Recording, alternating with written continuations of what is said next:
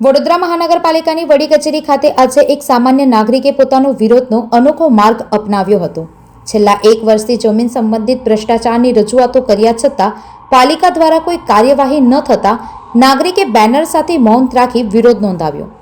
નાગરિકનો આક્ષેપ છે કે વડોદરા મહાનગરપાલિકામાં જમીન બાબતે ભ્રષ્ટાચાર થયો છે, જેનો પર્દાફાશ તેને કર્યો હોવા છતાં તંત્ર મૌન છે। નાગરિકે કમિશનર અરુણ મહેશ બાબુને મળવા અનેકવાર પ્રયાસ કર્યા હતા, પરંતુ દર વખતે ધક્કા ખવડાવવામાં આવતા હવે તેણે મૌન વિરોધનો માર્ગ પસંદ કર્યો છે।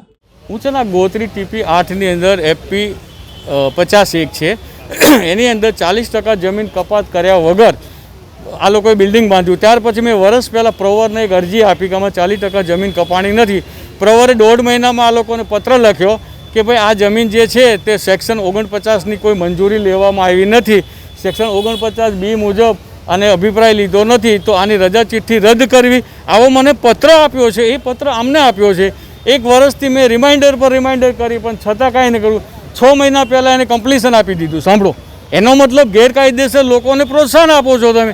આ સરકાર ભ્રષ્ટાચાર મુક્તની વાત કરે, મુખ્યમંત્રી શ્રી ઝીરો ટોલરન્સની ભ્રષ્ટાચારની વાત કરે છે। અહીં ભ્રષ્ટાચાર તો સામે છે, છતાંય અમને અંદર રજૂઆત કરવા જવા માટે બી નથી દેવાતા। તો એવું તો થોડું, અમે તો રસ્તા પર ઊભા રહીશું, પણ બાકી ખુલ્લા પાડીશું। ચાલો તમે અંદર નહીં લઈ જવા દો।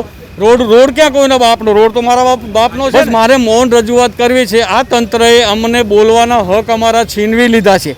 અમને સાંભળતા નથી, જોતા નથી, ખાલી જોઈશું કરીને મૂકી દે છે। એટલે અમારો હક છીનવ્યા છે, તો અમારો હક અમને પાછો મળે તેના સંદર્ભમાં આજે હું આ રજૂઆત, મૌન રજૂઆત કરવા આવ્યો છું કે ભાઈ અમે તો અમારો હકનો અધિકાર મળ્યા છે, મૌન રહીને બી અમારી અવાજ સરકાર સુધી પહોંચાડીશું। તમારે જેમના ગાફલા કરવા એ કરો, પણ અવાજ અમે પહોંચાડીશું। હું તો 4 રસ્તા પર ઊભો રહી જવાનો। સાંભળો, સરકારની હરેક કચેરીમાં ઊભો રહેવાનો છું। મને મારો અવાજ બહાર જવાથી મતલબ છે ભાઈ। સંવાદદાતા સાથે અભિપ્રાય ન્યૂઝ, વડોદરા। વધુ સમાચાર જોવા માટે અમારી YouTube ચેનલને સબસ્ક્રાઇબ કરો અને જોડાયેલા રહો ફેસબુક, ઇન્સ્ટાગ્રામ અને ટ્વિટર પર।